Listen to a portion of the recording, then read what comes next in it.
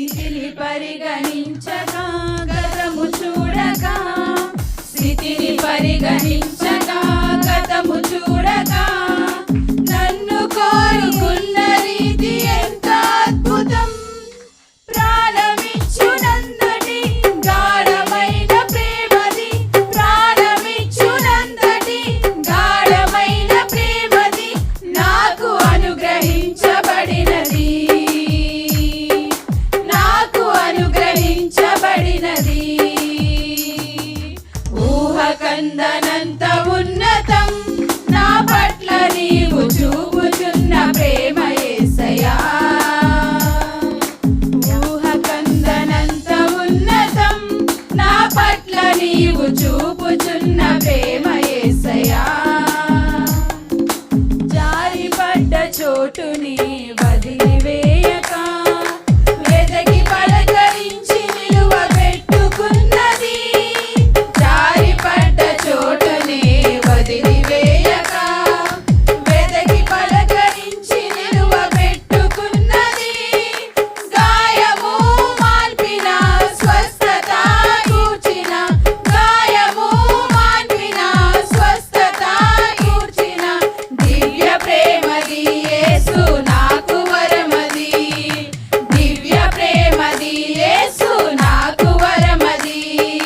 ప్రాణమిచ్చునంతటి గాఢమైన ప్రేమది, ప్రాణమిచ్చునంతటి గాఢమైన ప్రేమది నాకు అనుగ్రహించబడినది, నాకు అనుగ్రహించబడినది. ఊహకందనంత ఉన్నతం నా పట్ల నీవు చూపుచున్న ప్రేమ యేసయ్యా. ఊహకందనంత ఉన్నతం నా పట్ల నీవు చూపుచున్న ప్రేమ యేసయ్యా. దూరమైన వేళలో తడవు చేయక తిరిగి చేర్చుకున్నది, దూరమైన వేళలో తడవు చేయక తిరిగి చేర్చుకున్నది ప్రేమ. రూపము మార్చిన క్షేమము నిచ్చిన, రూపము మార్చిన క్షేమము నిచ్చిన గొప్ప ప్రేమది యేసు నాకు వరమది, గొప్ప ప్రేమది యేసు నాకు వరమది. ప్రాణమిచ్చునంతటి గాఢమైన ప్రేమది, ప్రాణమిచ్చునంతటి గాఢమైన ప్రేమది నాకు అనుగ్రహించబడినది, నాకు అనుగ్రహించబడినది. ఊహకందనంత ఉన్నతం నా పట్ల నీవు చూపుచున్న ప్రేమ యేసయ్యా. ఊహకందనంత ఉన్నతం నా పట్ల నీవు చూపుచున్న ప్రేమ యేసయ్యా. కృంగదీయు బాధలు ముఖము దాచగా, మనవి అనుగ్రహించు కృపను చూపుచున్నది. కృంగదీయు బాధలు ముఖము దాచగా, మనవి అనుగ్రహించు కృపను చూపుచున్నది. అక్కరా తీర్చిన ధైర్యము నింపిన, అక్కరా తీర్చిన ధైర్యము నింపిన వింత ప్రేమది యేసు నాకు వరమది, వింత ప్రేమది యేసు నాకు వరమది. ప్రాణమిచ్చునంతటి గాఢమైన ప్రేమది, ప్రాణమిచ్చునంతటి గాఢమైన ప్రేమది నాకు అనుగ్రహించబడినది, నాకు అనుగ్రహించబడినది. ఊహకందనంత ఉన్నతం నా పట్ల నీవు చూపుచున్న ప్రేమ యేసయ్యా.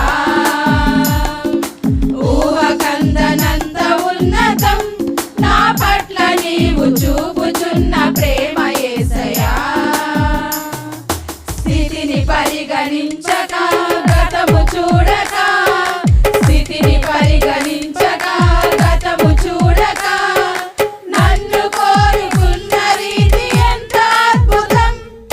ప్రాణం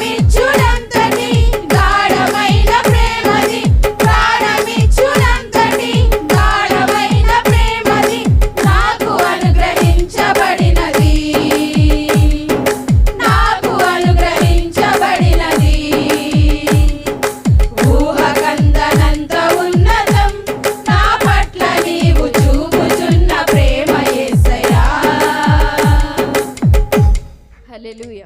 హల్లెలూయా. అందరూ చెప్తామండి హల్లెలూయా. అందరూ చక్కగా ఏదో ఆలోచనలో పడినట్టున్నారు అందరూను. రాత్రి కళ్ళ వచ్చింది ఏమవుతుందా ఏంటా అని విచారంలో ఉన్నారేమో. దేవునికి స్తోత్రం, దేవునికి స్తోత్రం. నోరు పలుకుతుంది కానీ చేతులు పలకట్లేదు. సరే, సమయంలో అందరూ తలలో ఉంచి కళ్ళు మూసుకున్నట్లయితే ఈ యొక్క ఆరాధన దేవుడే మన మధ్య నుండి నడిపించులాగున నడిపింపు ప్రార్థన. రమేష్,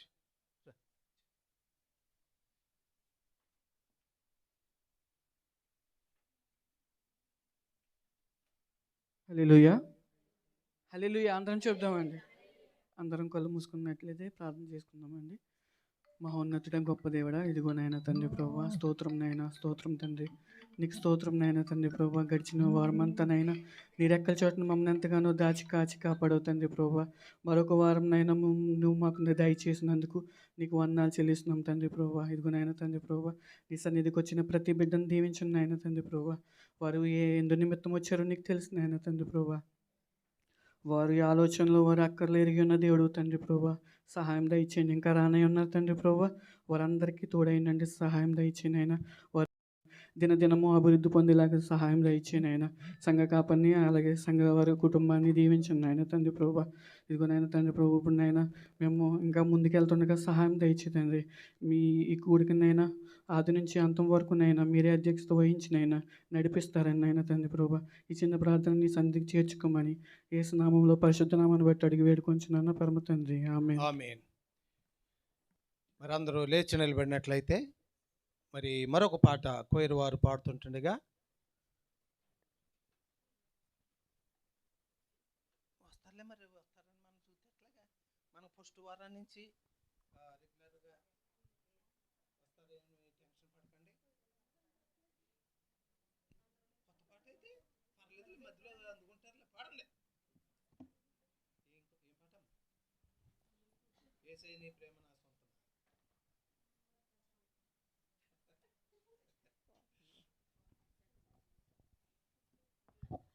సరే, మరి ఈ యొక్క సమయంలో కీబోర్డ్ వచ్చిన తర్వాత పాడతానంటున్నారు కనుక ఈ సమయంలో పరిశుద్ధ వాక్య భాగాన్ని చదువుకుందాం. ఈ దిన మనకై ఏర్పాటు చేయబడిన పరిశుద్ధ వాక్య భాగము కీర్తనలు 51వ కీర్తన.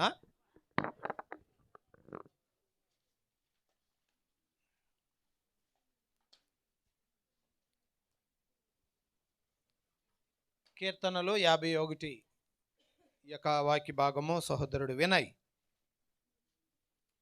మొదటి వచనం ఆయన చదవగా రెండో వచనం అందరం కలిసి వచనం వెంబడి వచనాన్ని చదువుకుందాం.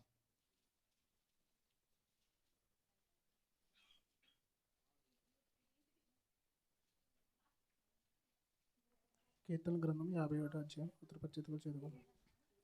దేవా, నీ కృప చొప్పున నన్ను కరుణింపుము, నీ వాత్సల్య బాహుల్యత చొప్పున నా అతిక్రమములను తుడిచివేయుము. నా దోషము పోవునట్లు నన్ను బాగుగా కడుగుము, నా పాపము పోవునట్లు నన్ను పవిత్రపరచుము. నా అతిక్రమములు నాకు తెలిసే ఉన్నవి, నా పాపం ఎల్లప్పుడూ నా ఎదుట ఉన్నది. నీకు కేవలము నీకే విరోధముగా నేను పాపం చేస్తున్నాను, నీ దృష్టి ఎదుట నేను చెడుతనము చేస్తున్నాను. కావున ఆజ్ఞ ఇచ్చినప్పుడు నీవు నీతిమంతుడుగా అగపడదువు, తీర్పు తీర్చినప్పుడు నిర్మలుడుగా అగుపడదువు. నేను పాపములో పుట్టినవాడను, పాపములోనే నా తల్లి నన్ను గర్భమున ధరించెను. నీవు అంతరంగములో సత్యము కోరుచున్నావు, ఆంతర్యము నా జ్ఞానము తెలియజేయదు. నేను అపవిత్రునగునట్లు హిస్సోపుతో నా పాపమును పరిహరింపుము, హిమము కంటెను నేను తెల్లగా నుండునట్లు నన్ను కడుగుము. ఉత్సాహ సంతోషములు నాకు వినిపింపుము, అప్పుడు నీవు విరిచిన ఎముకలు హర్షించును. నా పాపములకు విముఖుడవు కమ్ము, నా దోషములన్నిటినీ తుడిచివేయుము. దేవా, నా యందు శుద్ధ హృదయము కలుగ చేయము, నా అంతరంగములో స్థిరమైన మనసును నూతనముగా పుట్టించుము. నీ సన్నిధిలో నుండి నన్ను త్రోసివేయకము, నీ పరిశుద్ధాత్మను నా ఎదుట నుండి తీసివేయకము. నీ రక్షణానందము నాకు మరలా పుట్టించుము, సమ్మతి గల మనసు కలుగజేసి నన్ను దృఢపరచుము. అప్పుడు అతిక్రమమును చేయువారికి నీ త్రోవలను బోధించెదను, పాపులను నీ తట్టు తిరుగుదురు. దేవా, నా రక్షణకర్తకు దేవా, రక్తాపరాధము నుండి నన్ను విడిపింపుము, అప్పుడు నా నాలుక నీ నీతిని గూర్చి ఉత్సాహగానము చేయును. ప్రభువా, నా నోరు నీ స్థుతిని ప్రచురించినట్లు నా పెదవులను తెరుగుము. నీ ఎడల నేను అర్పించుదును. దహన బలి నీకు ఇష్టమైనది కాదు. విరిగిన మనస్సే నీకు ఇష్టమైన బలులు. దేవా, విరిగి నలిగిన హృదయమును నీవు అలక్ష్యము చేయవు. నీ కటాక్షము చొప్పున సియోనుకు మేలు చేయము. యెరూషలేము యొక్క గోడలను కట్టించుము. అప్పుడు నీతియుక్తములైన బలులను, దహన బలులను, సర్వాంగ హోమములను నీకు అంగీకృతములగును. అప్పుడు జనములు నీ బలి పీఠము మీద కోడలను నర్పించెదరు. అప్పుడు నీతియుక్తములైన బలులను, దహన బలులను, సర్వాంగ హోమములను నీకు అంగీకృతములగును. అప్పుడు జనులు నీ బలిపీఠం మీద కోడెలు నర్పించెదరు. దేవుడి పరిశుద్ధ వాక్యం తన వెనుకలో దీవించును. ఆమేన్.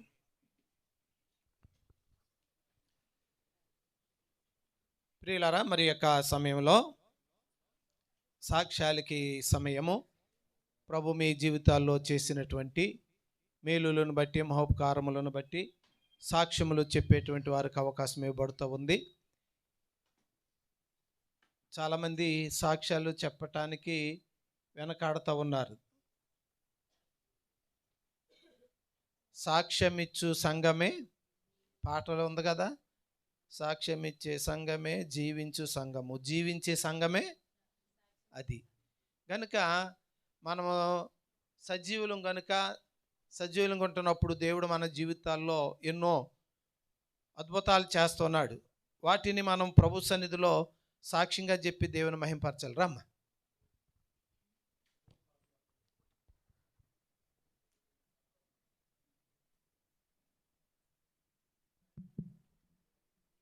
దేవుని స్తోత్రాలు. మీ అందరికీ నా వందనాలండి. గతించిన ఆదివారం నుంచి ఆదివారం వరకు దేవుడు కాచి కాపాడి తన రెక్కల చాటును భద్రపరిచినందుకు దేవునికి వందనాలు. నేను రేపు బయలుదేరి ఇండియా వెళ్తున్నానండి. దేవుడు గత సంవత్సరాలుగా నన్ను ఇక్కడ కాచి కాపాడి ఆయన రెక్కల చాటును భద్రపరిచి నేను స్కూల్లో చేసి క్యాన్సిల్ ఇచ్చి ఇప్పుడు నేను ఇంటికి వెళ్తున్నానండి. మీకు అందరికీ చెప్పి ఉన్నాను, నేను పాప కోసం వెళ్తున్నానని. పాపకి మండే జాయిన్ అవ్వమని చెప్పారంటండి. నార్మల్ డెలివరీ లాగా మీరు అందరూ ప్రార్థన చేస్తారని, నా ప్రయాణం కొరకు మీరు ప్రార్థన చేయండి. అలాగే నా పాప ఎంబీబీఎస్ చదువుతుంది, అప్పుడు సెకండ్ ఇయర్ అండి. దేవుడు బిడ్డని మంచిగా చదివి దేవుని యందు విశ్వాసంలో దీవించేలాగా మీరు అందరూ నా కుటుంబం గురించి ప్రార్థన చేస్తారని ఇచ్చిన సాక్ష్యం దేవుడు దీవించిన గాక. ఆమేన్. దేవునికి స్తోత్రం. ప్రియులరా, మరి జ్యోత్స్న ఇంచుమించు ఎన్ని సంవత్సరాలమ్మా స్కూల్లోనా? 13 సంవత్సరాలు మరి స్కూల్లో జాబ్ చేయటానికి మరి దేవుడు ఎంతగానో సహాయం చేస్తుంటున్నాడు. మరి స్కూల్లో జాబ్ అంటే చాలామంది ఉన్నారు, అందరికీ తెలుసు ఎంత జాగ్రత్తగా చెయ్యాలో. మరి ఏ పిల్లల విషయంలో చిన్న అజాగ్రత్తగా ఉన్నా చాలా పనిష్మెంట్స్ ఉంటాయి. అలాగా మరి 13 సంవత్సరాలు మరి తన యొక్క స్కూల్లో జాబులో ప్రభు తోడై ఉన్నారు. మరి ఆ యొక్క జాబ్ నుండి విడుదల పొంది మరి క్యాన్సర్ మీద ఇండియా వెళ్తున్నారు. మరలా వచ్చి సొంత వీసా మీద మరొక జాబ్ చేసుకోవాలనేటువంటి ఆలోచన మరి దేవుడు ఆ బిడ్డ అనుకున్నట్టుగా ఆ రీతిగా ప్రభు జరిగించును గాక. మరి ముఖ్యంగా ఆ బిడ్డ వెళ్ళేటువంటి విషయము, అమ్మాయి అంటే ఎవరమ్మాయి అమ్మ? మరి జ్యోత్స్న వారి యొక్క చిన్నక్క గారి యొక్క అమ్మాయి. మరి ప్రస్తుతానికి ఆమె గర్భిణితో ఉంది. సుఖ డెలివరీ నిమిత్తము లేక ఆ బిడ్డకి పరిచర్య చేసి మళ్ళీ రావాలనుకుంటుంది. ఆ బిడ్డ యొక్క సుఖప్రసవం కొరకు మనందరం కూడా ప్రార్థన చేద్దాం. వారి యొక్క కుమార్తె ఎంబీబీఎస్ చదువుతూ ఉంది. మరి ఆ బిడ్డ యొక్క చదువులో ప్రభు తోడై ఉండులాగా మనందరం కూడా ప్రార్థన చేద్దాం. దేవునికి స్తోత్రం. ఇంకెవరైనా?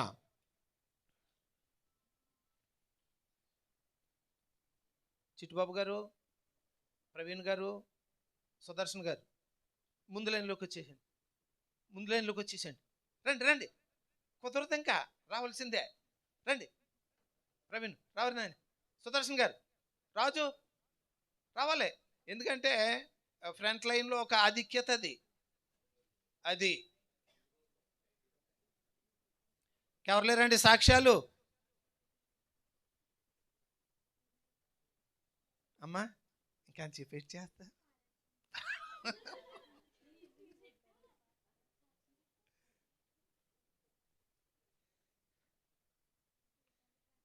ఇంకెవరు లేరా సాక్ష్యాలకి? బర్త్డే బేబీలు చెప్పొచ్చు,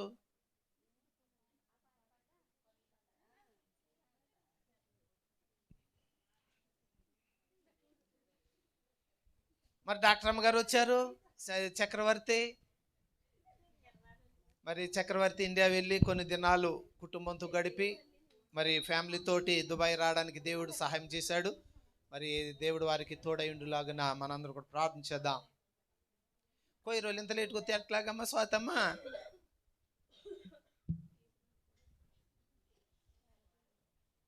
ఏం పాటమ్మా? యేసయ్య నీ ప్రేమ నా సొంతము.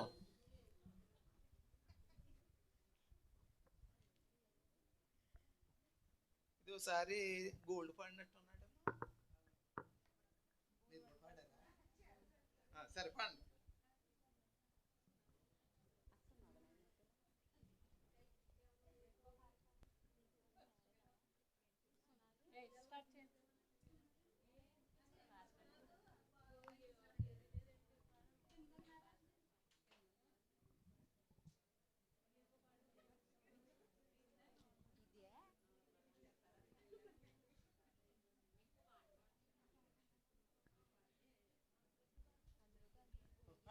హల్లెలూయా. అందరం కలిసి పాటల పుస్తకంలో పేజ్ నెంబర్ 11, పాట నెంబర్ 20, కుతూహల మార్బాటమే నా యేసుని సన్నిధిలో. అందరం కలిసి చప్పట్లు కొడతాం. మరి కుతూహలంగా అందరం చప్పట్లు కొడుతూ అలాగే పాడదాం గట్టిగా. కుతూహల మార్బాటమే నా యేసుని సన్నిధిలో, ఆనందమే నా యేసుని సన్నిధిలో, కుతూహల మార్బాటమే నా యేసుని సన్నిధిలో, ఆనందమే నా యేసుని సన్నిధిలో. పాపమంత పోయెను, రోగమంత తొలగెను యేసుని రక్తములో. క్రీస్తునందు జీవితం, కృప ద్వారా రక్షణ,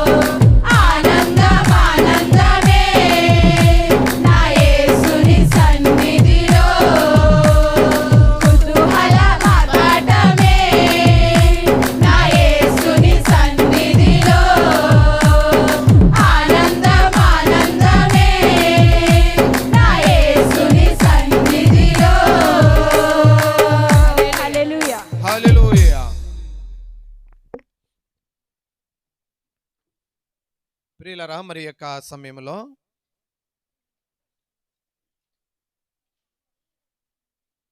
కొద్ది నిమిషాలు దేవుని యొక్క మరి వర్తమానం మనం విందాం. మరి మన మధ్యన ప్రియ సోదరుడు సునీల్ ఏలేటి, మరి ఆయన ఇండియా వెళ్ళి మరి అక్కడ ఆయన బైబిల్ కోర్సు పూర్తి చేసుకొని సర్టిఫికెట్ పొందుకొని దేవుని యొక్క పరిచర్య అనేక మంది యవనస్తులను ఆయన ఎన్నుకున్నది సువార్త పరిచర్య, సువార్త ద్వారా అనేకుల్ని ప్రభులోనికి నడిపించాలి అనేటువంటి మంచి మరి ఉద్దేశంతో మరి దేవునికి సమర్పించుకొని ప్రభు యొక్క పరిచర్యలు ముందు కొనసాగాలని ఎంతో మరి ఆశతో ఉన్నటువంటి సోదరుడు మరి ఈ సమయంలో మరి సునీల్ వచ్చి కొద్ది నిమిషాలు దేవుని యొక్క వర్తమానాన్ని మరి అందించవలసిందిగా వారిని ప్రేమతో ఆహ్వానిస్తుంటున్నాను. మరి ఇంకా చాలామంది రావాల్సి ఉన్నది. మరి అనేక మంది ఈ వాతావరణం వలన మరి చాలామంది అనారోగ్యాలు, జలుబు చేత, జ్వరాల చేత మరి చాలామంది రాలేకపోతున్నామని కొంతమంది మెసేజ్లు పెట్టడం జరిగింది. మరి ఏదేమైనప్పుడుగా వచ్చినటువంటి వారిని బట్టి దేవునికి స్తోత్రం. రానాయన.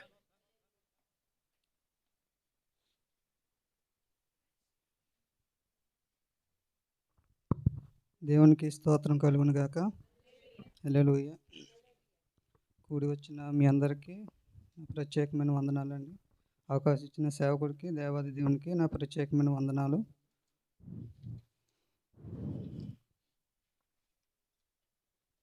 పరమగీతముల గ్రంథము 2వ అధ్యాయము 14వ వచనం.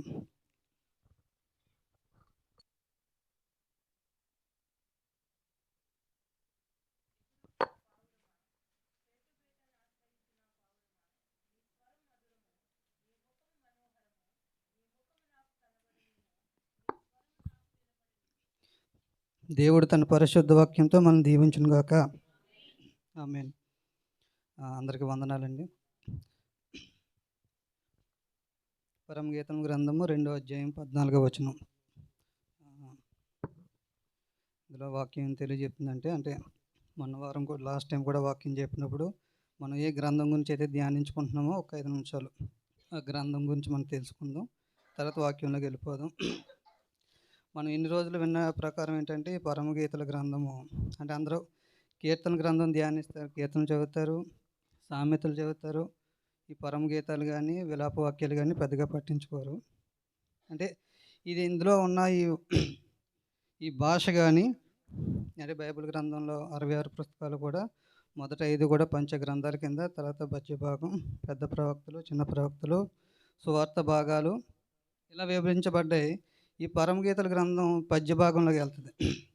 అంటే ఇందులో ఉన్న ఈ మాటలు కానీ ఆయన రాసిన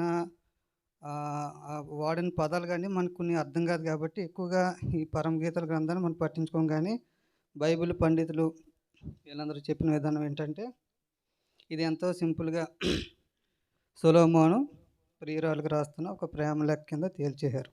కాకపోతే మనం ఇన్ని సంవత్సరాలు విన్నది ఏంటంటే, దేవుడు యేసుక్రీస్తు ప్రభు సంఘాన్ని ప్రేమించి తన ప్రియురాలకి రాసినట్టుగా మనం అనుకున్నాం. ఏదైనా సరే ఈ బైబిల్ గ్రంథం ఈ దుబాయ్ తెలుగు క్రైస్తవ సంఘానికి రాయబడలేదు. లేదంటే ఇప్పుడు హెబ్రీయులకు రాసిన పత్రిక చదువుకుంటే హెబ్రీయులకు రాశాడు, కొరింథీయులకు రాశాడు. కానీ ఈ పరిశుద్ధ గ్రంథాన్ని ధ్యానించినప్పుడు ఇది మన ఆత్మీయ జీవితాన్ని ఎంతో బలపరుస్తుంటుంది, మన ఎంతో ముందుకు నడిపిస్తుంది. సో పరమగీతం గ్రంథం 2వ అధ్యాయం 14వ వచనంలో ఏమంటున్నాడంటే, బండ సందులలో ఎగురున పావురమ్మ, పేటు బీటలను ఆశ్రయించిన పావురమ్మ, నీ స్వరము మధురము, నీ మనోహరము, నీ ముఖము నాకు కనబడినము, నీ స్వరం నాకు వినబడినము అనే వాక్యం తెలియజేస్తుంది. అసలు ఈ 2వ అధ్యాయం పూర్తిని చదువుకుంటే అంత వివరించడానికి సమయం లేదు. నాకు ఇచ్చిన సమయం 20 నిమిషాలే కాబట్టి 20 నిమిషాల్లో నేను సద్వినియోగం చేసుకుంటాను. ఇక్కడ బండ సందులలో అన్న మాట్లాడుతున్నాడు. బండ అనగా మనకి ఏం గుర్తుకొస్తుంది? మొట్టమొదటిగా ఒక రాయి. కరెక్ట్. ఒక రాయి లేదంటే ఒక అడ్డు, ఒక గోడ. ఈ బండ సందులలో ఎగురుతుందంటే ఒక పావురం. ఈ పావురం అన్నది ఏమైందంటే, ఈ పావురం అన్నది సంఘానికి సాదృశ్యంగా ఉంది. పావురం పరిశుద్ధతకు సాదృశ్యంగా ఉంది. పావురం ఎంతో నిష్కలంకంగా నిందారహితంగా ఉంటుంది. ఈరోజు సంఘం కూడా అదే విధంగా ఉండాలని దేవుడు కోరుకుంటున్నాడు. కాకపోతే ఈ పావురము బండ సందులలో ఎగురుతుందంట. బండ అనగా ఒక రాయి కింద, ఒక అడ్డుగోడ కింద, ఒక లోకం దేవుడికి మనకి మధ్యలో ఒక అడ్డు ఉంది.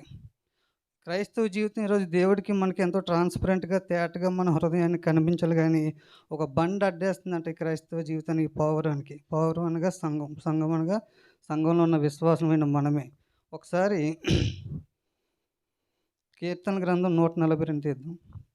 అంటే నేను చదవకండి, నేను చెప్తాను. 142లో పైన హెడ్డింగ్ ఒకటి ఉంది.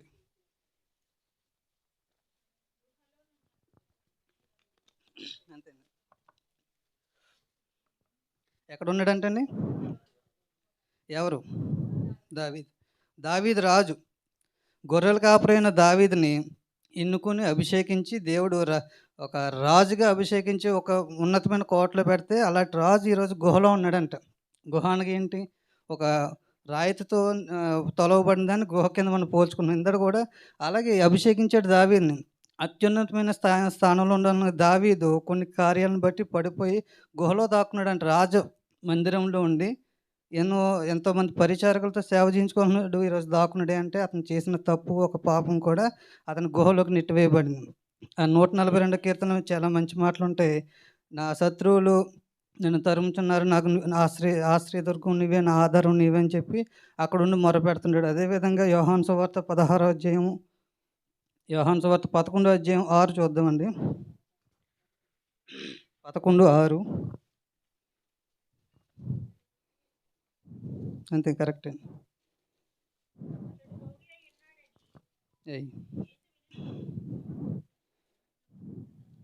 ఎవరండి? 11:6 అండి. 11:2 ఓకే అండి. సరే నేను చదువుతున్నాను. ఈ లాజరు ప్రభువునకు అత్తరు పూసి తల వెంట్రుకలతో ఆయన పాదం తుడిచిన మరియకు సహోదరుడు, అతని అక్క చెల్లెంటలు, ప్రభువా ఇదిగో నీవు ప్రేమించేవాడు రోగి అయి ఉన్నాడని ఆయన యొద్దకు వర్తమానం పంపారు. కానీ కిందకి చదువుకుంటే ఒక 4 దినం వరకు ప్రభు రాలేదు. సో ఇప్పుడు మన స్థితి కూడా ఏంటంటే ఎలా ఉంటుందంటే, ఆత్మీయ స్థితిలో నడుతున్నాడు. ఒకసారి దేవుడు మన ప్రార్థన ఆలకించడం, మనకు సమాధానం ఇవ్వడం, మనుషులు పెట్టిన నిందకు కానీ, లేదంటే పైనుంచి వచ్చే శ్రమలకు కానీ, సాతాను పెట్టి శ్రమల్లో కూడా ఎటువంటి సమాధానం మనకు కలిగినప్పుడు మనం ఏమనుకుంటే 2 రోజులు ఆలకించాడు దేవుడు. 2 రోజుల క్రితం వర్తమానం అందింది, లాజరు రోగి అయి ఉన్నాడని. కానీ ఆయన ఇమీడియట్గా రాలేదు. ఆయన వేరే ప్రాంతం నుండి ఆ పరిచయం చూసుకుని వచ్చేటప్పటికి లాజరు ఎక్కడ ఉన్నాడండి? సమాధిలోకి వచ్చేసాడు. సమాధిలో పెట్టి రాయి తొలిపించి రాయి అడ్డుగా పెట్టారు. ఇప్పుడు వచ్చాడు యేసుక్రీస్తు. ఆయన సమాధి దగ్గరికి చేరుకుని లాజరు బయటికి రాని పిలుస్తున్నాడు. ఆఖరి అధ్యాయంలోకి వస్తే 42 వరకు చూసుకుంటే 40, అక్కడ 40 అధ్యాయంలో నీవు నమ్మిన ఎడల దేవుడు మహిమను చూసేద్దామని మార్తతో దేవుడు తెలియజెప్తున్నాడు. సో ఈ ఆత్మీయ జీవితంలో కూడా ముందు కొనసాగుతున్న మనకి కొన్ని శ్రమలు ఏర్పడతాయి. అక్కడ దావీదు ఎలాగైతే గుహలో ఉండి మొరపెట్టాడు, ఇక్కడ నేను చెప్పదలుచుకుంది ఏంటంటే, జీవితంలో ఆత్మీయ జీవితంలో ముందుకు వెళ్తున్నప్పుడు ఎదురైన శ్రమలు, మనకు అడ్డుబండ్లు ఎదురవుతాయి. అది పాపమే కావచ్చు, లోకమే కావచ్చు, లేదంటే ఎదుటివారి మీద ద్వేషమే కావచ్చు, ఎదుటివారిని ప్రేమించలేకపోవడమే కావచ్చు. ఇట్టి శ్రమలు, అడ్డుగోడలు మనకి దేవుడికి మనకి మధ్యలో ఇటువంటి అడ్డుగోడలు అన్నిటిని కూడా మొరపెట్టి కన్నీళ్ళతో ప్రార్థన చేసినప్పుడు దేవుడు వాటన్నిటిని తొలగించి ముందుకు నడిపిస్తాడు. అదేవిధంగా ఇంకొక మాట ఉంది, 44వ అధ్యాయంలో కూడా బయటకు వచ్చాక లాజర్తో ఒక మాట అన్నాడు. వాడి కట్లు విడిపించి వాడి చనిపోయిన వాడు కాళ్ళు చేతులు ప్రేత వస్త్రంతో కట్టబడిన వాడే వెలుపలికి వచ్చెను. అతని ముఖంలోకి రుమాలు కట్టబడి ఉండెను. అంతటా యేసు, మీరు అతని కట్లు విడిపించి పోనీయడండి. నాకు అర్థమైంది ఏంటంటే, వాళ్ళ అక్కేమో అంటే మార్త మరియా సహోదరుడు కదా, ఆవిడ కన్నీళ్ళతో ఆయన పాదములకు కడిగి తన తల వెంట్రుకలతో ఆయన పాదం తుడిచింది. అటు గొప్ప విశ్వాసం కలిగి ఉన్న మార్త సహోదరుడైన ఈయన రోగి ఉన్నాడంట. మన ఇంట్లో కూడా మన సహోదరిలో, లేదా మన తల్లిలో, మన అన్నో, మన సహోదరుడు ఎవరైనా సరే కూడా ఎంతో ప్రార్థనలో ఉన్న ఇంట్లో ఒకరు ఉంటారు. క్రైస్తవులను పుట్టాను కదా, నేను క్రైస్తవునే, బాప్తిసం పొందాను, ప్రతి ఆదివారం తప్పక చర్చకు వస్తున్నాను అనుకుంటారు. కానీ అది నిజమైన క్రైస్తవం కాదని ఇక్కడ లాజర్ జీవితం మనం తెలియజేస్తుంది. ఇంట్లో ఎంత పెద్ద విశ్వాసం ఉన్నా సరే మన సహోదరులు, అదేం పర్లేదండి, మన సహోదరులు ఆత్మీయులై ఉండొచ్చు, కానీ మన ఇంట్లో 24 గంటలు ప్రార్థన జరిగిన మన ఆత్మీయ స్థితి ఎటుగా ఉన్నదన్నది మనం పరిశీలించుకోవాలి. యేసు బైబిల్‌లో 3 సార్లు కన్నీళ్ళు పెట్టినట్టుగా ఉంటే ఇది రెండోసారి అనమాట. ఎవరిని లాజర్‌ని చూసి కన్నీళ్ళు విడిచినట్టుగా 39వ వచనంలో ఉంటది. 35వ వచనం. అది యేసుక్రీస్తు లాజర్‌ని చూసి ఎందుకు కన్నీళ్ళు పెట్టిండు, ఈరోజు మనల్ని చూసినప్పుడు కూడా ఆయన కన్నీరు పెడుతున్నారు. వాక్యానికి మనం లోబడకుండా, అనుదినము వాక్యాన్ని ధ్యానించకుండా, కేవలం ఆదివారం సంఘానికి వస్తున్నాను, సేవకుడి ముందు మంచిగానే ఉంది నా ఆత్మీయ జీవితం అనుకుంటున్నాం కానీ, క్రీస్తు పరిశుద్ధాత్ముడు మనల్ని చూసినప్పుడు, మన జీవితాన్ని చూసినప్పుడు మనం కొన్ని వాటితో కట్టుబడి ఉన్నాం. అవి ఏంటన్నది, నేను దేనితో కట్టుబడి ఉన్నది నాకే తెలుస్తుంది. అది వ్యసనం కావచ్చు, అహంకారం కావచ్చు, గర్వం కావచ్చు, లేదంటే ఎదుటివారిని ప్రేమించలేకపోవడం కావచ్చు, ఎదుటివారిని ద్వేషించడం కావచ్చు. ఈ క్రైస్తవుడు అన్నప్పుడు వీటిని విడిచిపెట్టకుండా నేను ఇంకా సంపూర్ణ క్రైస్తవుడని మనం చెప్పుకుంటే, ఈ లాజరు ఏ విధంగా కట్టుబడ్డాడో అదే విధంగా మనం కట్టుబడి ఉంటాం. చనిపోయిన స్థితిలోని ఆ రోజు చూసి దేవుడు మార్తను బట్టి, వాళ్ళ సహోదరుని బట్టి యేసుక్రీస్తు లాజరు బయటికి రా అన్నాడు కానీ, రేపు పొద్దున అదే విధంగా పేరు పెట్టి మనల్ని పిలుస్తాడా బయటికి, లేదంటే ఆ పాపంలోనే విడిచిపెడతాడా అన్నది మనం చూసుకోవచ్చు. ఇక్కడ నేను చెప్పదలిసింది ఏంటంటే, గుహలో ఒక రాయి వెనకాలన్న దావీదుని దేవుడు బయటికి రప్పించి మళ్ళీ రాజుగా నిలబెట్టాడు. చనిపోయిన లాజర్‌ని, సమాధిలో ఉన్నవాడిని లాజరు బయటికి రా అని పేరు పెట్టి పిలిచాడు. పేతవ్రస్తలు ఆడి కట్లు విడిపించాడు. అదేవిధంగా అదే బండ సందు వెనకాల కూడా మోషేకి నిర్గమకాండం 33వ అధ్యాయంలో కూడా అదే ఒక బండ వెనకాల క్రీస్తు యేసు యెహోవా దేవుడు ఆయనకి దర్శనమిచ్చాడు. ఈరోజు పరమగీతాల గ్రంథంలో బండ సందులలో ఎగురున పావురమ్మ, పేటు బీటలను ఆశ్రయించిన పావురమ్మ, నీ ముఖం మనోహరం అంటున్నాడు. సంఘం ఏ విధంగా ఉండాలో తెలియజెప్తున్నాడు. మన ముఖం అనగా మన వ్యక్తిగత జీవితం కాదండి, ఆత్మీయ స్వరూపాన్ని దేవుడు అడుగుతున్నాడు.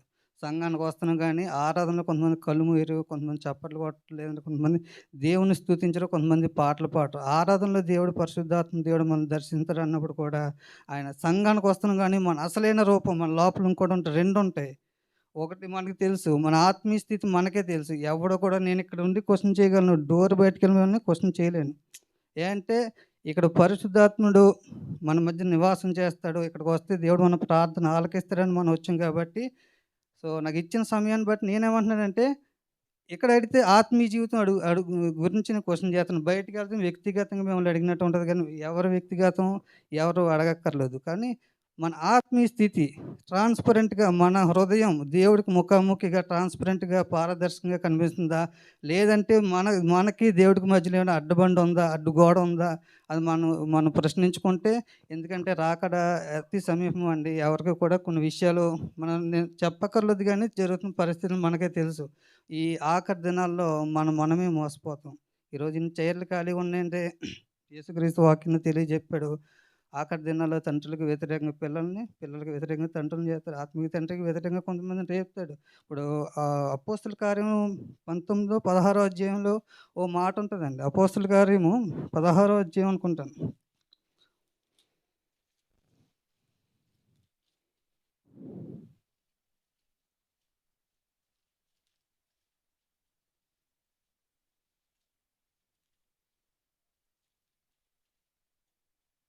హ్మ్. 16 కాదు, 20, 30వ వచనం చూడండి. 29 కూడా చూడొచ్చు.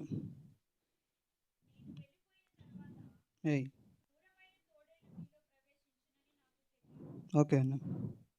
30 ఇంపార్టెంట్.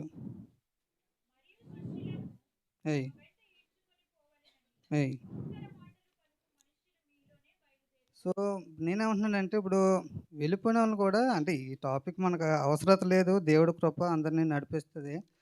కాకపోతే వెళ్ళిపోయిన వాళ్ళు ఇప్పుడు కొన్ని విధాలుగా మనల్ని ప్రలోభ పెట్టడానికి ప్రయత్నం చేస్తున్నారు. కొన్ని మాటలు చెప్పి, అంటే ఇప్పుడు స్థిరంగా విశ్వాసంలో ఉన్న వాళ్ళు బాగానే వస్తారండి. అప్పుడే ఒక 5-4 వారాల నుంచి వచ్చిన వాళ్ళు, లేదంటే అప్పుడప్పుడే సేవకుడికి సంబంధం లేకుండా చాలామంది సంఘానికి వస్తుంటారు. అంటే అందరూ సేవకుడికి చెప్పి వచ్చిన ఆయన బంధుమిత్రులు కాదు కదా, ఎక్కడో ఫేస్బుక్లోనో ఎక్కడైనా వాక్యం విని సంఘానికి వచ్చిన వాళ్ళు ఉంటారు. ఏంటి ఇలా జరిగింది సడన్గా కొంతమంది రావడం మానేశారని చెప్తే వాళ్ళని కాంటాక్ట్ చేసినప్పుడు లేని పని చెప్తారు. అటువంటి మాటలు వినొద్దని 30 అధ్యాయంలో, అపోస్తుల కార్యం 20 అధ్యాయం 31లో 30 అధ్యాయంలో క్లియర్గా తెలియజేస్తుంది. సో వెళ్ళిపోయిన వాళ్ళ మాటల మీద మనం పట్టించుకోవాల్సిన అవసరం లేదు. మనం ఒక కుటుంబంగా కట్టబడడం, శ్రమలో కూడా ఇదే అవకాశం.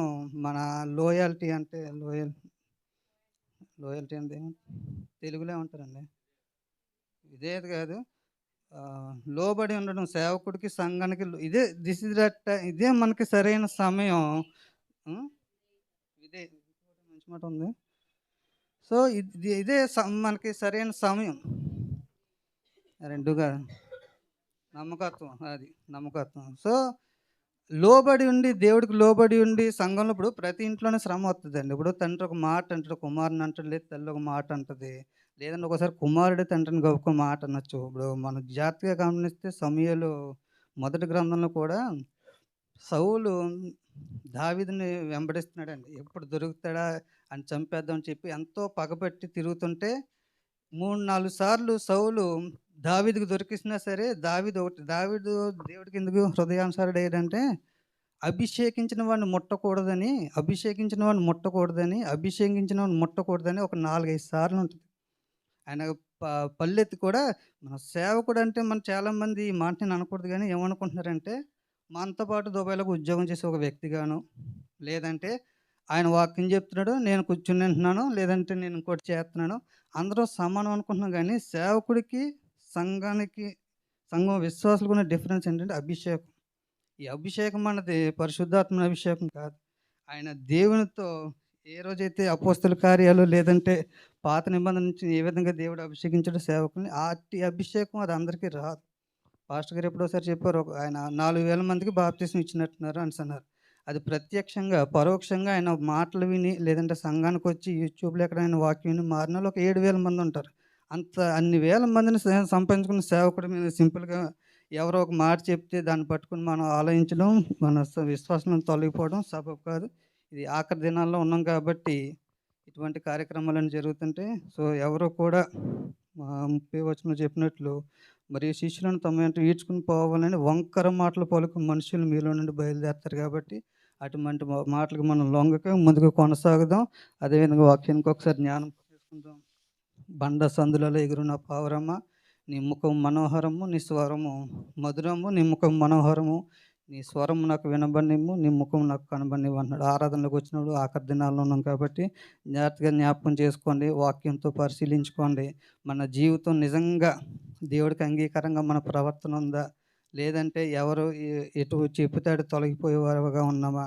నేను కొన్ని విషయాలు చెప్పడానికి ఇష్టపడట్లేదు కానీ మనల్ని హృదయం హెచ్చిస్తుంది. నీ అంత పోటుగాడు లేడు, నీ అంత ప్రార్థన పరుడు లేడు, లేదంటే నీ అంత తోడు లేడని చెప్తే కానీ ఎప్పుడైతే ఈ సామెతల గ్రంథం ధ్యానిస్తేనే మన బతుకు ఏంటని బయటపడిపోద్ది.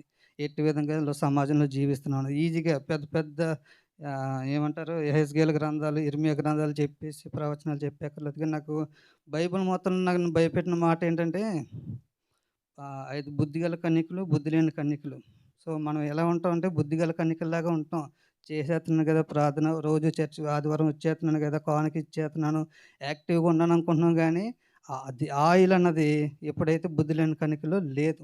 దేవుడు తిరిగి ఆయన రెండో రాకడలో వచ్చినప్పుడు ఆ వాక్యము, ఆ ప్రార్థన ధ్యానం మన హృదయంలో లేనప్పుడు మనం కూడా ఇప్పటివరకు చేసిన భక్తి అంతా వృధా అయిపోద్ది. సో అనుదినము మన రోజుకి ఎంతసేపు ప్రార్థన చేస్తున్నాం, ఎన్ని అధ్యాయాలు ధ్యానిస్తున్నాం, మనం క్వశ్చన్ చేసుకుంటే మన వ్యక్తిత్వం ఏంటని మనకు తెలిసిపోద్ది.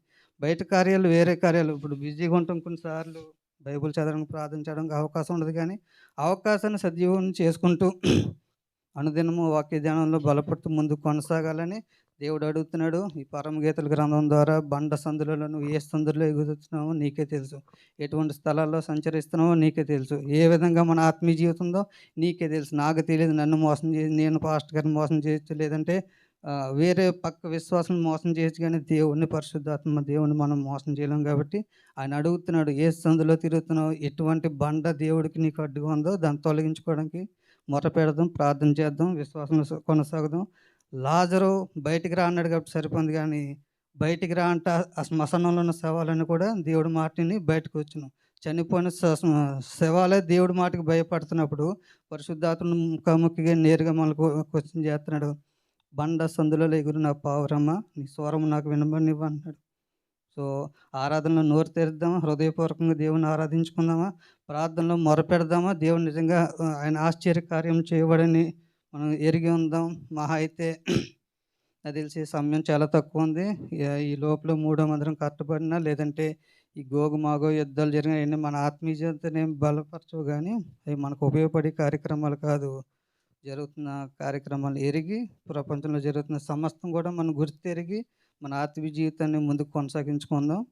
అదేవిధంగా దేవుడు పిలుపునందుకుని మనం వెలుగుతూ ఇంకొక 10 మందిని సంఘంలో నడిపించే విధంగా ఉండాలి తప్పితే, బలహీన పడిపోయి మనమే మానేస్తే మనం చూసి ఇంకో ఇద్దరు మానేస్తారు కాబట్టి, మనం ముందుకు కొనసాగుతూ ఇంకొక నలుగురిని సంఘంలో నడిపిందాం. దేవుడి కృప దుబాయ్ తెలుగు క్రైస్తవ సంఘానికి సదా తోడై నడిపించును గాక. ఈ మాటలు మనల్ని ఆదరించును గాక. దేవుడు తన పరిశుద్ధ వాక్యం దీవించును గాక. అవకాశం ఇచ్చిన సంఘానికి, సేవకుడికి, దేవాదేవునికి నేను ప్రత్యేకమైన వందనాలు. ఆమేన్.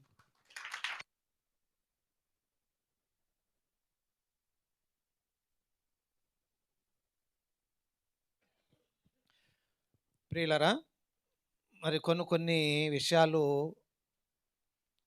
పాస్టర్ గారు సంఘ కాపరిగా స్ట్రాంగ్గా చెప్పలేము కదండి. అలాంటి సమయాల్లో మరి సునీల్ చక్కటి హెచ్చరికలతో పాటు మరి దేవుని యొక్క మాటలు మరి అందరికీ కూడా అర్థమయ్యే రీతిలో మరి మంచి శ్రేష్టమైనటువంటి మాటలు దేవుని యొక్క వాక్యం ద్వారా మరి తెలియపరిచి ఉంటున్నాడు. నిజమే, సంఘము చాలా అభివృద్ధిలోనికి వచ్చింది. సాతాను యొక్క కన్ను పడింది. అయినా కానీ ప్రియులరా, సాతానుది కంటే దేవునిదే విజయం. మరి ఒక 7 మండగరు చర్చి మానేశారు. వాళ్ళని నేనైతే ఏమనలేదు. నేను తగ్గించుకొని ఫోన్ చేశాను.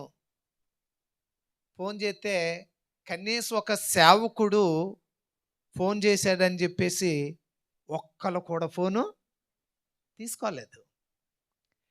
తీసుకోకపోగా మన వాళ్ళ దగ్గర కొంతమంది దగ్గర కాళ్ళ బేరానికి వస్తున్నాడు అంటాం. రకరకాల మాటలు నేను విన్నాను. ఏమండి, అవును, దేవుని సేవకుడు ఎంతైనా తగ్గించుకుంటాడు కాబట్టే నిందలో తప్పవు. కాళ్ళ బేరానికి వెళ్ళాను, రాయి బేరానికి వెళ్ళాను, ఏమనుకున్నా పర్వాలేదు. దేవుని కోసం నేను ఎంతగా తగ్గించుకోవాలో అంతగా తగ్గించుకున్నాను. సరే, ఏదేమైనప్పుడు కూడా ప్రియులరా, మరి చక్కని హెచ్చరికలతో పాటు దేవుని మాటలు చెప్పిన మరి సునీల్ని దేవుడు దీవించి రాబోయేటువంటి దినాల్లో ఆ బిడ్డ ద్వారా బలమైనటువంటి పరిచర్య ప్రభు జరిగించును గాక. ఆమేన్. మరి శ్రీదేవమ్మ గారు సాక్ష్యం చెప్పాలనుకుంటున్నారు, దయచేసి రండి.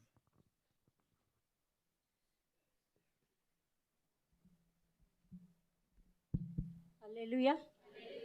దేవుని నామకు వందనాలండి. మరి సారీ, ఇప్పుడు సాక్ష్యం చెప్పడానికి ఒక కారణం ఉంది. ఎప్పుడు మరి సుజాత గారు, వాసు గారు ప్రతి వారం నన్ను తీసుకొస్తూ ఉంటారు. ఈరోజు మరి వాళ్ళు ఎర్లీగా రావడంతో నేను లేట్ అయిపోయాను. నేను తర్వాత ట్యాక్సీలో వస్తానని చెప్పాను. ట్యాక్సీ ఎక్కాను 4 గంటలకి. 1 గంట సేపు కరమ్మ లోపలే తిప్పేశాడు ఇక్కడ అక్కడ అనేసి. 30 ధరస్ వచ్చింది డబ్బుల గురించి అని, కానీ టైంకి రాలేకపోయాను. అందుకే సాక్ష్యం ఇప్పుడు చెప్తున్నాను. సమయం రిక్వెస్ట్ అడిగాను, పాస్టర్ గారు రిక్వెస్ట్ చేశాను. సమయం ఇచ్చిన పాస్టర్ గారికి వందనాలు. అదేవిధంగా మరి నా భర్తకి మరి గతంలో ఒక 2 వారాల క్రితం, మూడో వారం 3 వారాల క్రితం కంటికి ఆపరేషన్ అయింది. అప్పుడు వెళ్దామంటే మరి నాకు టైం కుదరలేదు. మరి రేపటి దినాన్ని నేను ప్రయాణం ఇండియా దేశం వెళ్తున్నాను. భయపడకండి, యానివర్సరీ ముందుకే వచ్చేస్తాను. అక్టోబర్ 22వ తారీఖు వస్తాను. రేపు 22వ తారీఖు అక్టోబరు మరి 23 తెల్లవారితే థర్స్డే. ప్రార్థన చెయ్యండి నా ప్రయాణం కొరకు. రేపు రాత్రికి ఎమిరేట్స్కి వెళ్తున్నాను. మళ్ళీ రిటర్న్ కూడా ఎమిరేట్స్ అండి, హైదరాబాదు. ఒక 4 వీక్స్కి 4 వారాలు. మీరు అందరిని ప్రార్థనలు జ్ఞాపకం చేసుకోండి. మరి అలాగే ముఖ్యంగా నా భర్త విషయంలో మరి ప్రార్థన చేసిన మరి పాస్టర్ గారు ప్రత్యేకించి వందనాలు చెప్తున్నాను. అంటే ఆ సత్యం ఈ సత్యం ఒకసారి ఇప్పుడు వెళ్ళేటప్పుడు చెప్దామని నేను సాక్ష్యం చెప్పలేకపోయాను గత వారంలోని. పాస్టర్ గారికి, పాస్టమ్మ గారికి ప్రార్థన చేసిన మరి సంఘానికి, అలాగే వాసు సుజాత గారికి అందరికీ కూడా నా హృదయపూర్వక వందనాలు. మరి దేవుడు క్షేమంగా ఇండియా దేశం తీసుకెళ్ళి మళ్ళీ క్షేమంగా తీసుకురావాలని అలాగే దేవుడు మరి మంచి ఆరోగ్యం ఇచ్చినట్లు నా భర్తకి నా కుటుంబానికి నాకు కూడా మంచి ఆరోగ్యం ఇచ్చి క్షేమంగా వచ్చి అలాగే రాకపోకల్లో తోడుగా ఉండాలని మీరు అందిన ప్రార్థనలు కొద్దిగా జ్ఞాపకం చేసుకుని ప్రార్థన చెయ్యండి. చిన్న సాక్షి దేవుడు దీవించిన గాక. ఆమేన్. దేవునికి స్తోత్రం.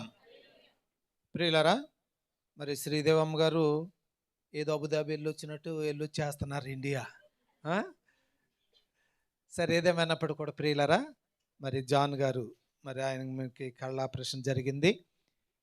అంకుల్కి మరి కొన్ని దినాలు దగ్గరుండి పరిచర్య చేసుకుని రావాలనేటువంటి మంచి ఆలోచనతో రేపటి దినాన్ని ప్రయాణమై ఇండియా వెళ్తున్నారు. మరి ఆమె యొక్క ప్రయాణం అంతట్లో ప్రభు తోడైండులాగున మనందరం కూడా ప్రార్థన చేద్దాం. దేవునికి స్తోత్రం. మనకి 2 కుటుంబాలు రాకపోతే 2 లైన్లంతా ఖాళీగా ఉంటున్నాయి. శశికిరణ్ గారి యొక్క కుటుంబంలో 7 మండుగురు వస్తున్నారు. మరి ప్రీతమ్మ గారి యొక్క కుటుంబస్తులు 5-6 వస్తున్నారు. మరి ఒకేసారి వీళ్ళిద్దరు 2 కుటుంబాలు రాకపోతే ఒక 10-12 మంది. సరే, ఏదేమన్నప్పుడు కూడా ప్రియులరా, వచ్చే వారం యూత్ ఆరాధన ఒక్క కుర్చీ ఖాళీగా ఉండకూడదు. ఏమండి, మరి మీరు ఎలాగా ఏం చేస్తారో, ఎవరితో మాట్లాడతారో ఒక్కొక్కరిని తీసుకుని వచ్చేసేయండి వచ్చేవారు. దేవునికి స్తోత్రం. ఈరోజు స్త్రీల సమాజం వారు మరి యానివర్సరీ డే కార్యక్రమం గురించి మాట్లాడుకోవాలి కాబట్టి ఈ నెల మీకు ఇచ్చేస్తున్నామండి అని చెప్పేసి అన్నారు. ఇంకొచ్చే నెల మీకు ఇవ్వటం జరుగుతుంది. కొద్ది నిమిషాలు మరి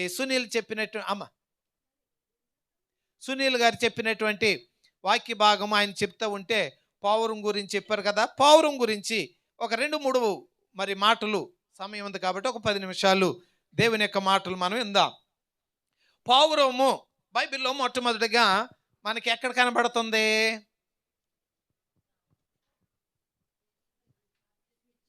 చెప్పండి. అక్కడ జయలక్ష్మి గారు చెప్పారు. చూడండి, దేవుని యొక్క వాక్యములో ఆదికాండము 8వ అధ్యాయం. ఆదికాండము 8వ అధ్యాయము 8వ వచనాన్ని చదువుకుందాం. మరియు నీళ్లు నేల మీద నుండి తగ్గినవో లేదో చూచుటకు అతడు తన యొద్ద నుండి నల్ల పావురం ఒకటి వెలుపలికి పోవిడిచెను. ఏ పావురం అండి ఇది? నల్ల పావురం అయినా తెల్ల పావురం అయినా వాటి లక్షణాలు ఒకటే. నలుపని అది చెడ్డదని, తెలుపుది అది పవిత్రమైందని అక్కడ కాదు. పావురము మనుషుల్లో కూడా ఎన్ని రకాలు లేరండి. అమెరికా వాళ్ళు తెల్లగా ఉంటారు కదండి, మరి ఆఫ్రికా వాళ్ళు మసిబొగ్గులాగా ఉంటారు కదా. మనం ఎలాగ ఉంటాము? సమాన స్థాయిలో ఉంటాము కదండి. ఎర్రగా ఉండే వాళ్ళు ఎవరు కనుక ఇలాగ మనుషుల్లో రంగులు ఎలాగైతే ఉన్నాయో పావురం కూడా నలుపు పావురం అని రాయబడింది. సరే, జలప్రలయం దినాల్లో నోవహు అతని కుటుంబీకులు ఓడలో ప్రవేశించారు. దేవుడు ఈ భూమి మీద సృష్టించినటువంటి జంతువులు కానీ, పక్షులలో కానీ, మరి భూమి మీద ప్రాకేటువంటి ప్రతి జీవిలో కానీ, పవిత్రమైనటువంటి జంతువులు కానీ, పక్షులు కానీ ఏవైనా ఎన్ని జతలో? 7 జతల చొప్పున. అపవిత్రమైనటువంటివి ఏమో 2 జతల చొప్పున. అన్నిటిని కూడా మరి ఓడలోనికి ప్రవేశించమండి అంటే గమనించండి, మనుష్యులు మానవులు మంచేదో చెడ్డేదో సమస్తమును ఎరిగినటువంటి వారు మాత్రం చెప్పావులేరా ముసలాడా, నీ మాటిని మేము ఓడలోనికి వెళ్ళాలా అని హేళన చేశారు. ఎవరిని? నోవహుని. అయితే వారు మనుషులు నిరాకరించారు. నోరు లేనటువంటి మూగ జీవులు కానీ, పక్షులు కానీ, ప్రాకేటువంటి ప్రతి జీవికి ఆజ్ఞీయగా అవంటండి లైన్గా పంక్తులు తీరి ఓడలోనికి ప్రవేశించిన ఈ దేవునికి స్తోత్రం. దేవుడు తలుపేసేసాడు. ఎవరేసారండి? దేవుడే వేసేసాడు. అక్కడ ఒక రాయబడిన మాట, ఆకాశ తూములు విప్పబడ్డాయి, కింద భూజలధారలు విప్పబడ్డాయి. అంటే ఇప్పుడు దీని అర్థం ఏంటి? ఆకాశము నుండి ఓరును వర్షము కురుస్తూ ఉంది, కింద భూమిలో నుండి నీరు వస్తూ ఉంది. ఎన్ని దినాలు? 40 దివారాత్రులు. పోయిన సంవత్సరం, అంతకుముందు సంవత్సరము దుబాయ్లో గట్టిగా 2 గంటలు కురిసేటప్పటికి ఏమైపోయిందంటే భయంతాను మునిగిపోయింది. 7 దినాలు మేమైతే బయటకు రాలేకపోయాం మా ఏరియా నుంచి. కనుక ప్రియులారా, ఒక 2 గంటలకే మరి గట్టిగా వర్షం కురిసేలాగా అయిపోతే 40 దివారాత్రులు పైనుంచి కురుస్తుంది, కింద నుంచి వస్తూ ఉందంటే భూలోకమంతా కూడా ఏమైపోయింది?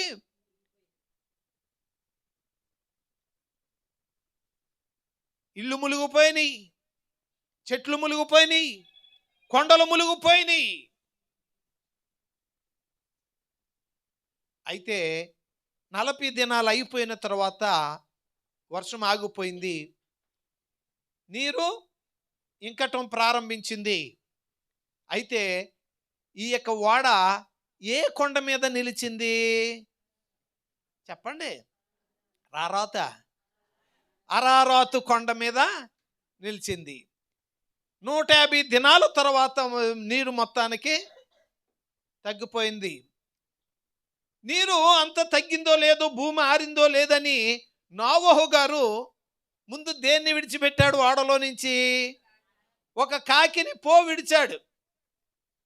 ప్రియులారా గమనించండి, ఈ యొక్క కాకి ఈ భూమి మీద మనుషులేంటి, మిగిలిన జంతువులేంటి అన్నీ కూడా మునిగిపోయి ఉబ్బిపోయినటువంటి శవాలతో, శరీరాలతో సమృద్ధి అయినటువంటి ఆహారము.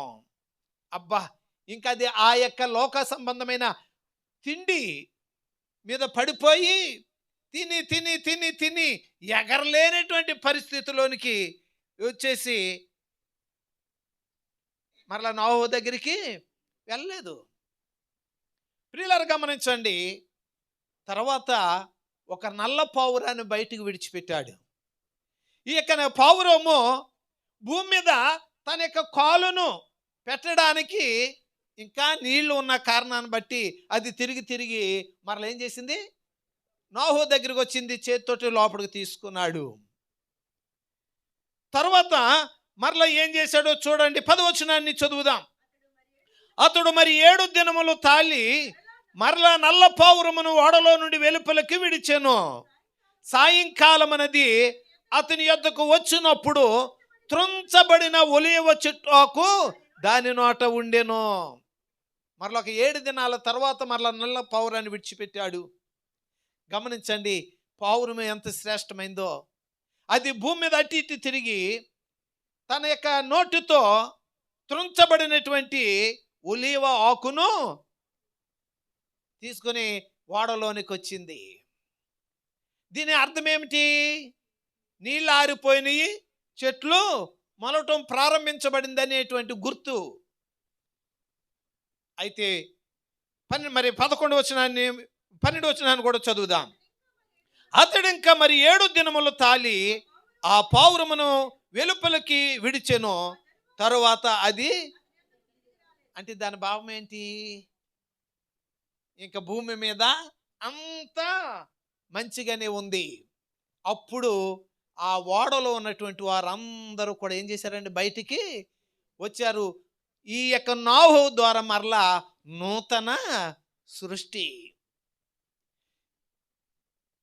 ఇక్కడ ఈ విషయంలో పావురము 3 విషయాలలో మనము చూస్తున్నాం. మొదటిసారి విడిచిపెట్టాడు, తన కాలు భూమి మీద ఆనడానికి నీరున్న కారణాన్ని బట్టి మరలా తిరిగి నోవహు దగ్గరికి చేరింది. 7 దినాల తర్వాత మరలా నల్ల పావురాన్ని విడిచిపెట్టినప్పుడు త్రుంచబడినటువంటి ఒలీవ ఆకును నోటితో తీసుకుని వచ్చింది. అంటే భూమి ఆరిపోయింది అని సూచనగా. మరలా ఒక 7 దినాల తర్వాత విడిచిపెట్టినప్పుడు అది భూమి అంతా బాగుందనేటువంటి నిదర్శనానికి తిరిగి రాలేదు. ప్రియులారా, దేవుని యొక్క వాక్యములో మనము చూసినట్లయితే పావురము విషయంలో మరొక మాట మీకు జ్ఞాపకం చేస్తాను. పరమగీతము 6వ అధ్యాయము 9వ వచనాన్ని చదువుదాం. నా పావురము నా నిష్కలంకురాలు ఒకతే, ఆమె తన తల్లికి ఒకతే కుమార్తె చాలు. నా పావురము నా నిష్కలంకురాలు ఒకతే. ఇక్కడ సునీల్ చెప్పాడు కదా, పావురము దేనికి సూచనని? సంఘానికి సూచన. ఇక్కడ ఈ యొక్క ప్రియుడు అంటున్నాడు, దేనితో పోలుస్తున్నాడంటే ప్రియురాల్ని నా పావురము, నా నిష్కలంకురాలు. పావురము అది నిష్కలంకమైనటువంటిది, ఎటువంటి కలంకము లేనటువంటిది. అందుకే ఎఫెసీ పత్రిక 5:22 నుంచి చూస్తే సంఘము కొరకు ఆయన తన రక్తం అనేటువంటి ఉదక స్నానము చేత సంఘాన్ని ఏం చేశాడండి? నిష్కలంకమైనటువంటి వారినిగా ఆయన ఏం చేశాడు? చేశాడు. అనగా పావురము నిష్కలంకమైనటువంటిది, ఎటువంటి కల్మషము లేనటువంటిది. సంఘము పావురము వలె ఎటువంటి కలంకము లేనటువంటి నిష్కలంకమైనటువంటి వారుగా ఉండాలని దేవుడు పావురాన్ని సంఘముతో పోల్చుకున్నట్లుగా మనం చూస్తూ ఉన్నాం. వివరించిన కానీ మరొక మాట మీకు జ్ఞాపకం చేస్తాను. లూకా సువార్తలోనికి మత్తయి సువార్తలోకి వెళ్దాం. మత్తయి సువార్త 3వ అధ్యాయము 16వ వచనాన్ని చదువుదాం. యేసు బాప్తిస్మము పొందిన వెంటనే నీళ్ళలో నుండి ఒడ్డునకు వచ్చెను. ఇదిగో ఆకాశము తెరవబడెను. గమనించండి, దేవుని ఆత్మ పావురము వలె దిగి తన మీదికి వచ్చుట చూచెను. దేవుని యొక్క ఆత్మ పావురము వలె దిగి తన మీదకి వచ్చుట చూచెను.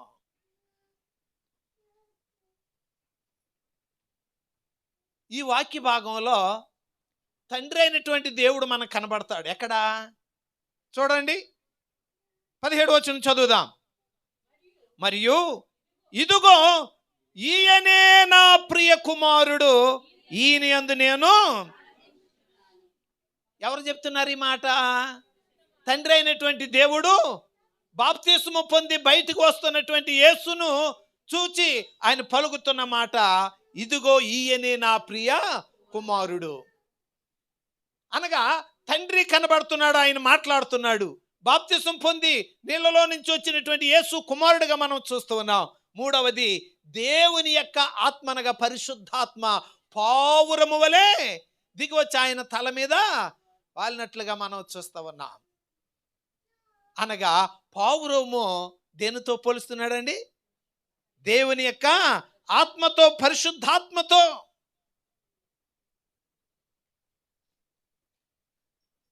అందుకే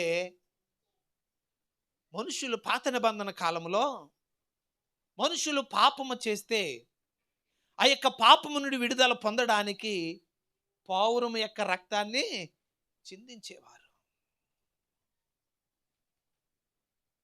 పరిశుద్ధమైనది. పావురములో ప్రియులారా గమనించండి, కొన్ని అనుభవాల్లో పావురానికంటండి చేదు కట్టు ఉండదంట. అవునా కదండి? బైబిల్లో ఉంది చరిత్ర. ప్రతి పక్షిలో, కోడిలో కానీ ఏమండి చేదుగట్టుతో కలిపి ఉండేసుకుంటారా? ఎందుకని? కానీ పావురములో ఏముండదు. అనగా ఈ యొక్క చేదు పాపానికి సాదృశ్యం. అనగా పావురములో ఏముండదు, పాపం ఉండదు. పావురము 2 గుడ్లు పెడుతుంది. ఆ 2 గుడ్లు 2 పిల్లలుగా, ఒకటి ఏమండి ఆడ, ఒకటి మగ. ఇవి ఎదిగిన తర్వాత ఈ 2 కలిసి ఉంటాయి. ఇందులో ఏది చనిపోయినా ఆ మిగిలినటువంటి పావురము చనిపోయిన దానికోసం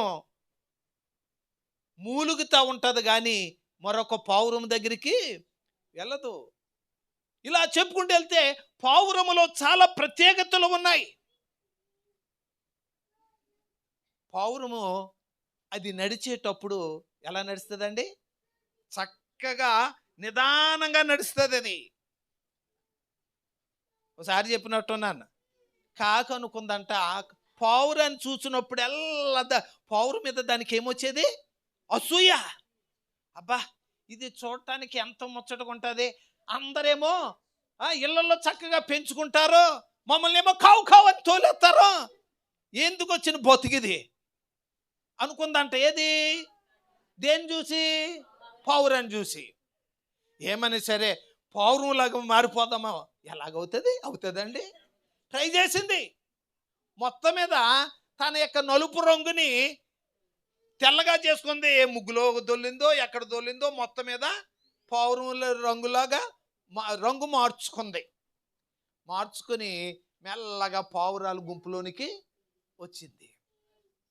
ప్రియులారా, ఇక్కడ గమనించండి, పావురాలు భూమి మీద చక్కగా నిదానంగా నడుతుంటే కాకి నడుతుందండి?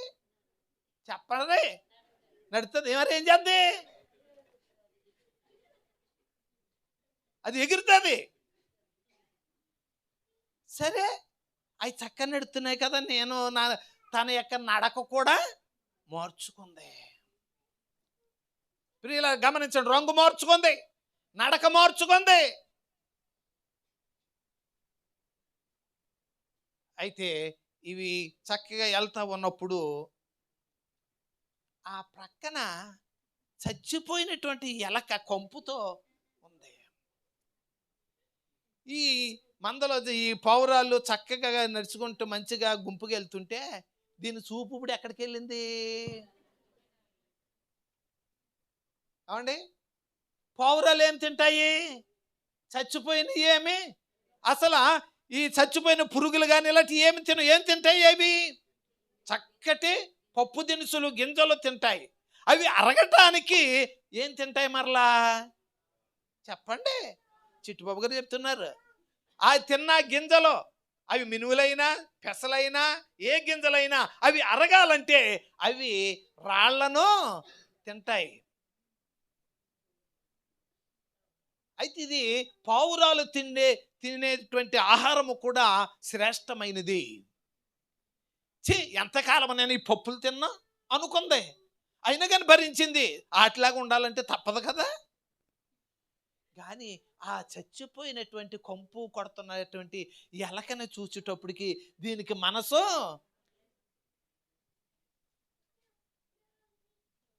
వెళ్ళిపోయింది.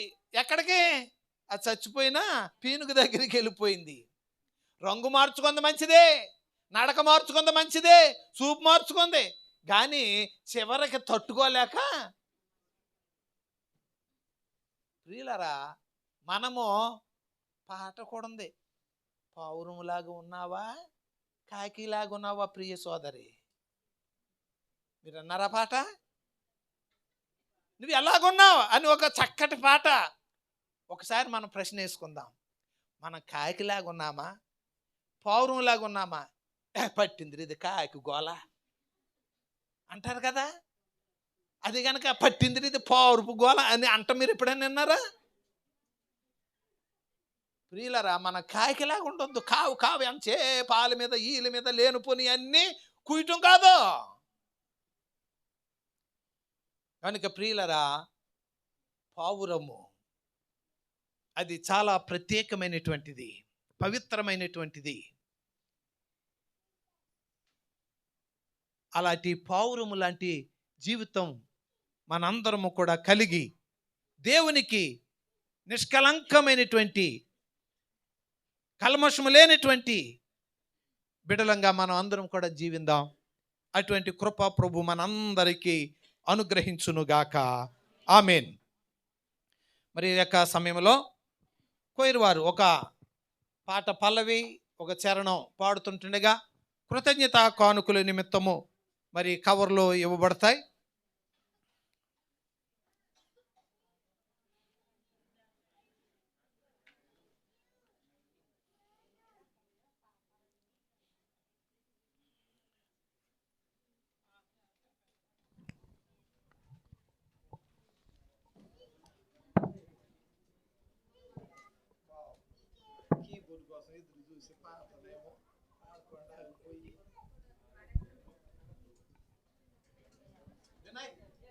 రాజు కవర్లు ఇవ్వండి. చెప్పండి.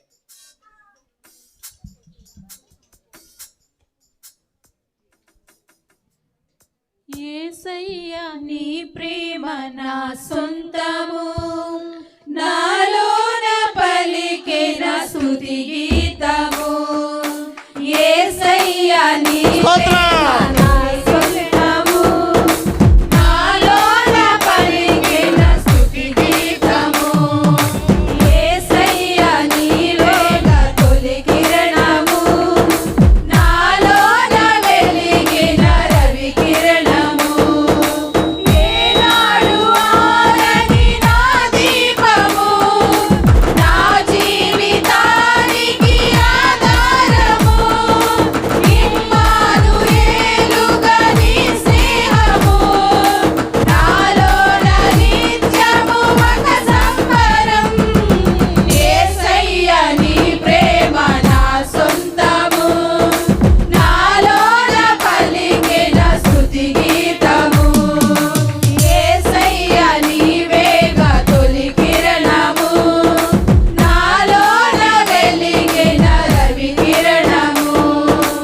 ఏ పాటి నన్ను ప్రేమించినావు, నీ ప్రేమలోనే నన్ను దాచినావు.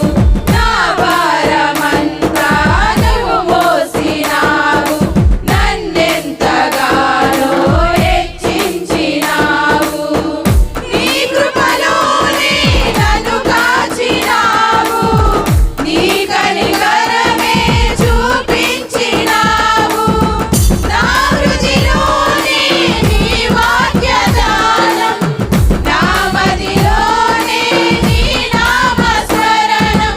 నిన్నే ఆరాధించి నీ దయలోనే దీవించి, నిన్నే పూజించి నీలోనే ధరించి. యేసయ్యా నీ ప్రేమ నా సొంతము, నాలోన పలికిన స్తుతి గీతము. యేసయ్యా నీవేగా తొలి కిరణము, నాలోన వెలిగిన రవి కిరణము. ఏనాడు నన్ను విడనాడలేదు, నీ నీడలోనే నడిపించినావు. లోకాల నేలే నా రాజు నీవే, నా జీవనావకు రహదారి నీవే. నా గురి నీవే నా యేసుదేవా, చేరితి నిన్నే నా ప్రాణనాథా. పర్వత శిఖరము నీ మహిమ ద్వారం, ఉన్నతమైనది నీ దివ్య చరితం. సాటే లేదు నీకు, సర్వాధికారివి నీవు, మారని దైవం నీవు, మహిమోన్నతుడవు నీవు. యేసయ్యా నీ ప్రేమ నా సొంతము, నాలోన పలికిన స్తుతి గీతము. యేసయ్యా నీవేగా తొలి కిరణము, నాలోన వెలిగిన రవి కిరణము. ఏనాడు ఆరని నా దీపము, నా జీవితానికి ఆధారము. ఇమ్మానుయేలుగా నీ స్నేహము, నాలోన నిత్యము ఒక సంబరం. యేసయ్యా నీ ప్రేమ నా సొంతము, నాలోన పలికిన స్తుతి గీతము. యేసయ్యా నీవేగా తొలి కిరణము, నాలోన వెలిగిన రవి కిరణము. హల్లెలూయా.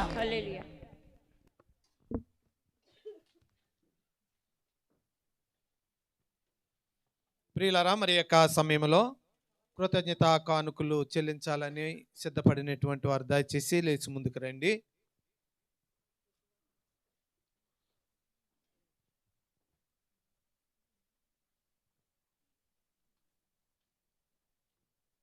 ప్రార్థన చేద్దాం. దయాళుడైన మా తండ్రి, ప్రేమ కలిగిన మా ప్రభువా, మరి ఇంతవరకు నీ లేఖనాల ద్వారా మా అందరితో మాట్లాడారు, మీకు స్తోత్రాలు.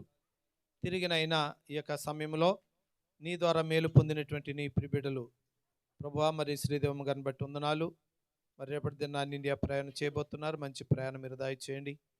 అలాగే నాయన జోస్తున్న కూడా 13 సంవత్సరాలు మరి స్కూల్లో జాబ్లో మీరు తోడుగా ఉన్నారు.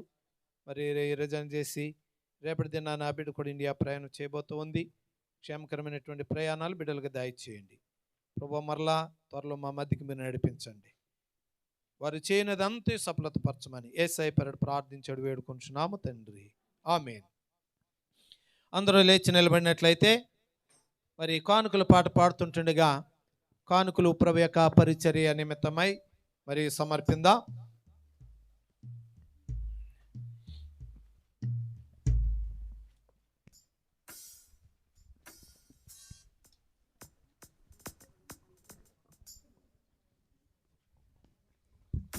అందుకుమయ్యా నా చిన్ని అర్పణ ఆదరించుమా నా పేద అర్పణ. అందుకొనుమయ్యా నా చిన్ని అర్పణ ఆదరించుమా నా పేద అర్పణ. ఈ భూమిలో అర్పింతుము మాది నా అర్పణ. ఈ భూమిలో అర్పింతుము మాది నా అర్పణ. కైకొనుము దేవా ఈ ప్రేమ అర్పణ. కైకొనుము దేవా ఈ ప్రేమ అర్పణ. అందుకొనుమయ్యా మా చిన్ని అర్పణ ఆదరించుమా మా పేద అర్పణ. మేలుని కానుక మేలైన అర్పణ. అబ్రహాము కానుక విశ్వాస అర్పణ. మేలుని కానుక మేలైన అర్పణ. అబ్రహాము కానుక విశ్వాస అర్పణ. మేమొసగే కానుక మాది హృదయమే. మేమొసగే కానుక మాది హృదయమే. దయతో ఆదరించుమా ప్రేమతో స్వీకరించుమా. దయతో ఆదరించుమా ప్రేమతో స్వీకరించుమా. అందుకొనుమయ్యా మా చిన్ని అర్పణ ఆదరించుమా మా పేద అర్పణ. హల్లెలూయా.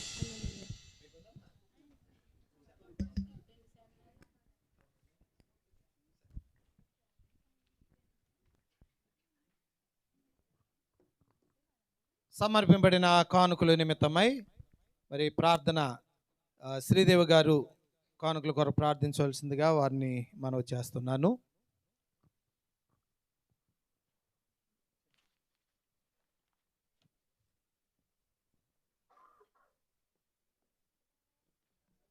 అందరూ తలలు ఉంచుకుంటూ ప్రార్థన చేసుకుంటాం. స్తోత్రం తండ్రి, మహాపరిశుద్ధుల తండ్రి నాయన. స్తోత్రాలు తండ్రి, నా రాజా నా రక్షక తండ్రి నాయన. మరి గతించిన రోజులన్నీ కూడా తండ్రి నాయన నీ రెక్కలు నేర్చోట మమ్మల్ని అందరూ కూడా భద్రపరిచావు తండ్రి నాయన. స్తోత్రం. ఇప్పుడు జరబోయే రోజులన్నీ కూడా నాయన నీ నీడలో మమ్మల్ని కాచి కాపాడమని అడుగుతున్నాం. మా బిడ్డలు మా కుటుంబాలందరినీ దీవించండి. సంఘాన్ని దీవించండి. సంఘాన్ని నానాటికి అభివృద్ధి చేయండి ప్రభు. పాస్టర్ కానీ కుటుంబాలు దీవించి ఆశీర్వదించండి. మా పనిలో ప్రయత్నాలతో సహాయం చేయండి. మా రాకపోకలతో సహాయం చేయతండి ప్రభు. ఇదిగో నాయన ప్రభు, కానుకలు ఎత్తుచుండగా తండ్రి కానుకలు ఇచ్చిన బిడ్డలందరినీ కూడా మీరు చూచి ఉన్నారు తండ్రి. ఇవ్వలేని బిడ్డలు కూడా ఆశీర్వదించండి.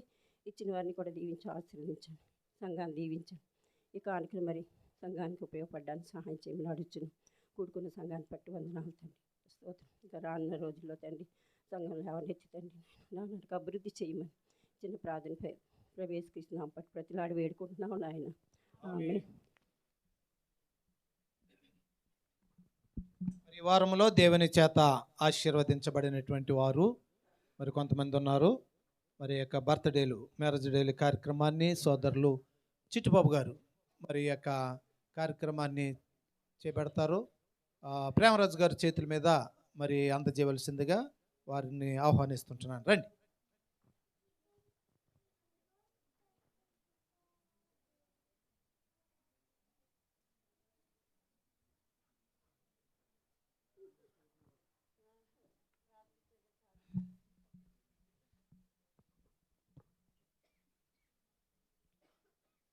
దేవునికి స్తోత్రం అండి. మీ అందరికి వందనాలు. ఈ అవకాశం ఇచ్చిన పాస్టర్ గారికి, పాస్టర్ అమ్మగారికి నాకు ప్రత్యేక వందనాలు.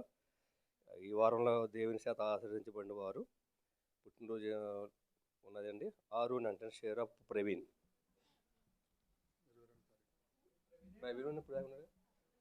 ఇది వచ్చి మన సునీల్ గారు తీసుకుంటారండి. సునీల్ గారు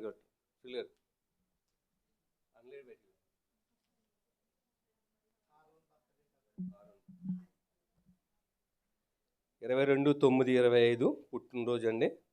పి సుజాత గారు 22 రేపే కదా మీరు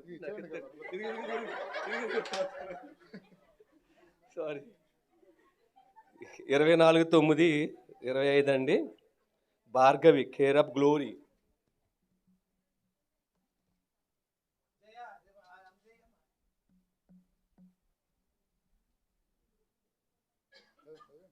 ఇరవై 24/9/25 అండి. లక్ష్మి గారు care of P Sujatha.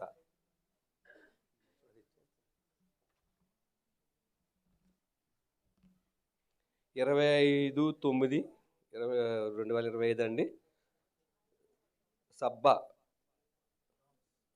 Abhiram అండి.